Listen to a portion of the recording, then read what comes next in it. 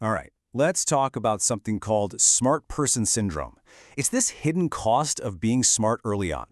We're going to unpack that feeling of being totally stuck, even when you know deep down you should be crushing it. Let's dive in. So, have you ever felt like this? Like you've just slammed into a brick wall, even though you know you've got what it takes? It's so frustrating, right? I mean, you've succeeded before. You're the person who figures stuff out. But now, you're just stuck, and you can't figure out why.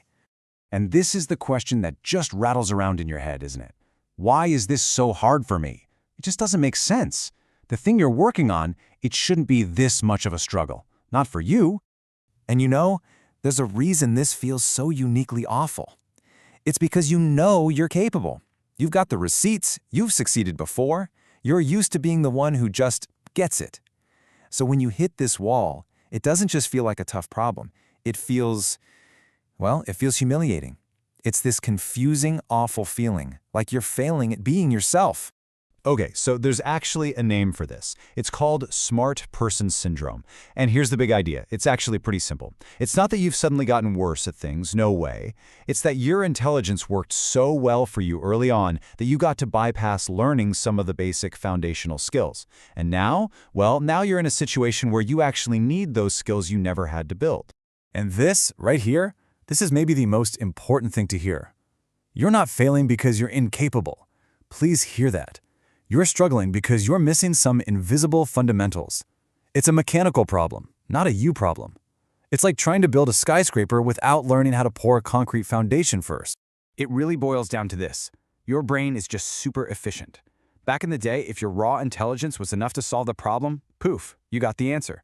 Your brain figured, hey, why bother with all that extra work of building a system or a process? We got there. So that skill, it just never formed. It didn't need to. So what kind of stuff did you get to skip? Well, things like structure, systems, process, the fundamentals. You didn't need some formal outline because you could just see the whole thing in your head. You didn't need a complicated system to track things because you could just remember it all. Your brain basically learned, I can just wing it and it'll be great. And you know what? For a really long time, it was. And this leads us to a really cool idea called skill debt. Think of it just like financial debt. Those skills you skipped, they don't just disappear into thin air. They pile up. And sooner or later, when things get more complex or the pressure is on, that debt comes due, and you have to pay it back. I really want you to let this one sink in. You haven't lost your ability. You haven't gone backwards. What's really happening is that you've outgrown your old shortcuts. The challenges you're facing now are just too big for those old tricks. This is actually a sign that you're leveling up, not falling behind. Okay, let's make this super concrete with a classic math homework example. You probably know this kid, right? Step 1, they're a math whiz. They do all the problems in their head, boom, get the right answer every time. Step 2, the teacher says, show your work. And they're like, why? It's a waste of time. So they never learn how to lay out the steps on paper.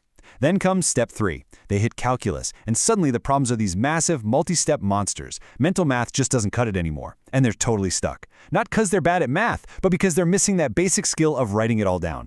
So yeah, the problem isn't your intelligence. It's the missing scaffolding. Imagine you have the best, highest quality bricks in the world. That's your brain power. But if you want to build a skyscraper, you can't just toss the bricks up there. You need scaffolding, a structure, a system to build higher.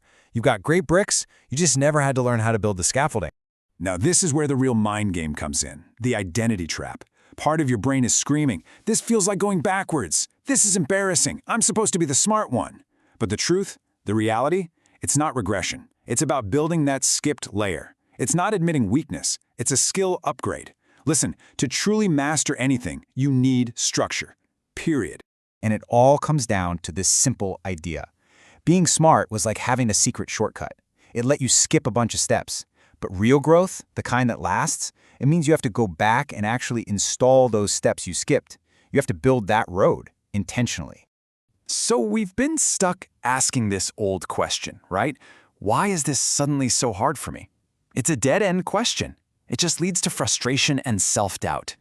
But here is the upgrade question. Instead, ask this. What basic skill did I never have to learn before that I need now? See the difference? This question isn't about you being flawed. It's about finding a missing tool.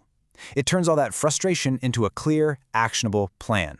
So let's leave it with this thought. It's a paradox, really. Some of the most talented people get stuck not because they lack talent, but because that very talent let them get away with not learning the fundamentals. Fundamentals they now desperately need. So the next time you feel that wall, stop questioning your intelligence. Just ask, what's the skill it's finally time for me to build?